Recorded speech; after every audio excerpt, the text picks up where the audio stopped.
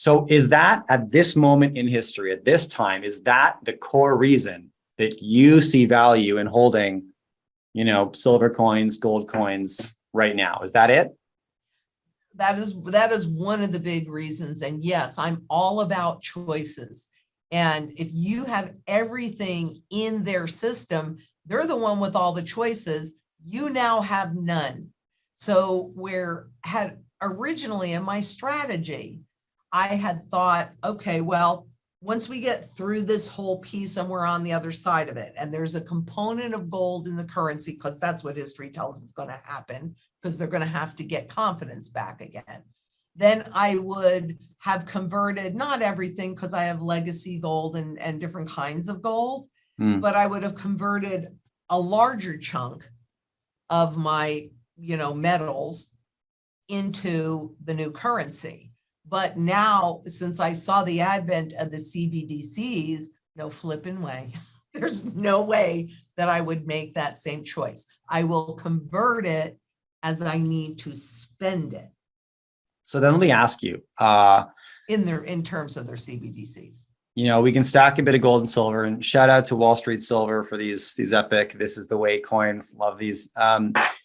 Yep. You have the gold and silver in a safe. You have the bug out house in Northern Arizona. Is it enough? Are you fighting a tsunami with a bucket of water? Like what, talk to me about that. That's one question that I imagine people are asking right now is like, you're trying to fight the federal government with, an acreage and some silver. Like, is that enough? Is that enough, Lynette? Let me ask you that.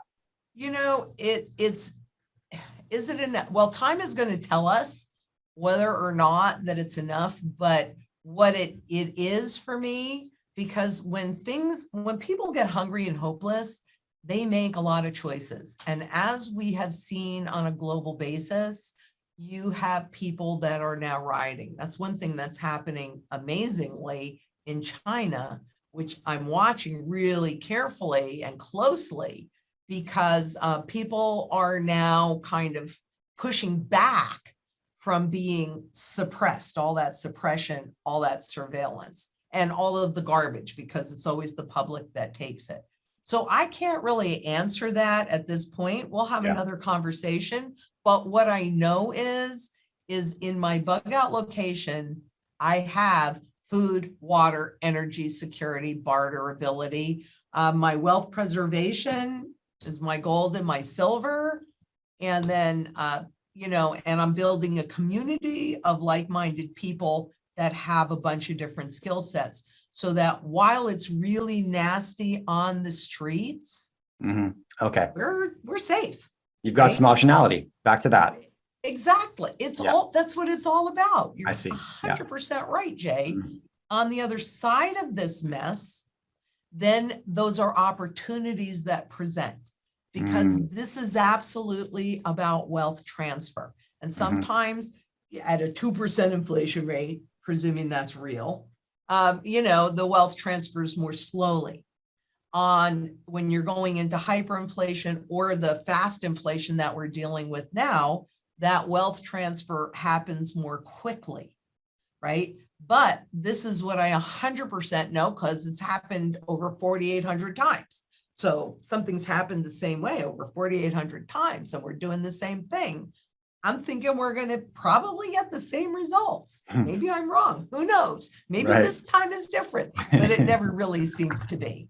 So because I have my wealth in gold, which is the primary currency metal, and what they do, that overnight reset. So, you have $1,000 in the bank. I mean, the average is about 1,000 to 1 when they do that reset, but it could be much more than that. It could be less than that. I don't know that.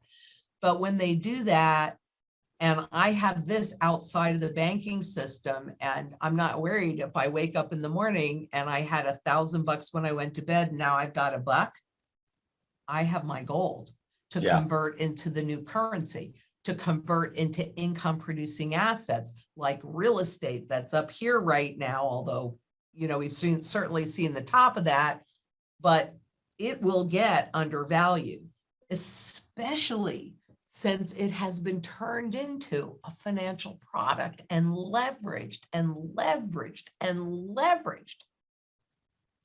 you know, I mean, you see a lot of construction going around. If I didn't do what I did for a living, I would be really naive and think everything must be okay. Look at all these buildings that they're building, Yeah. right?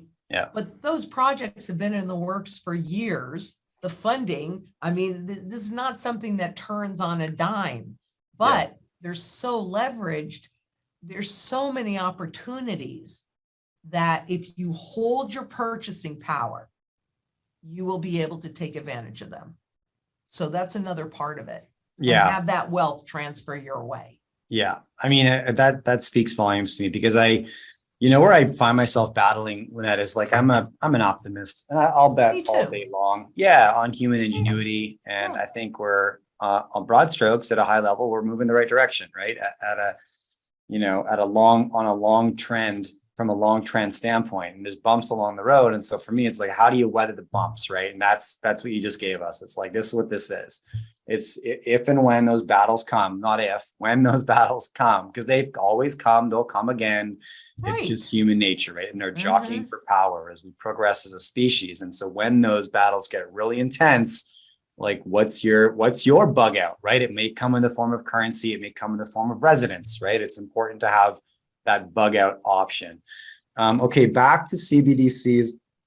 How do you anticipate multiple sovereign nations, China, the United States, Russia's looking at a gold-backed CBDC right now. Canada's working on whatever our brilliant leader is working on. How do you anticipate this shifting the world reserve currency status in that game when we see these CBDCs come into the forefront? Messy. I see that really, really messy, especially, you think about the advantage that the US has had all these years to be the world reserve currency. And basically we have a much higher standard, or we've had a much higher standard of living than the rest of the world, which is one of the big advantages when you travel and you get to see how different people live. And this is, the middle class in, say, Europe is basically what the lower class, the standard of living at the lower class would be in the US. So there is no doubt, even though they talk about King Dollar and how strong the dollar is because Fed Chair Powell is raising rates and attracting people to the dollar, but that is the dollar against other currencies when all currencies are losing purchasing power. It's relative. Yeah, always relative. Yeah. Exactly, isn't it? So I see this being really messy and scary and a lot of starvation. Meds are something that, if you need medications, number one, we're doing medicinals. So, bees and plants and different trees and things like that to stay really healthy. Yeah. But what happens is on average, 80% of the population is going to end up in abject poverty. And there will be a lot of decrease in population, typically between the very young and the very old. That's where we're going to see most of the depopulation. I see us going very local for a while and bartering. That's why barterability, anything physical, gold and silver in any form is monetary at its base. Any skill sets that you have.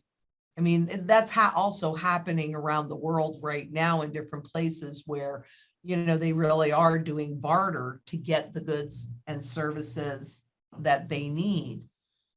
So that's why I say really, really messy, which is why I wanted a location.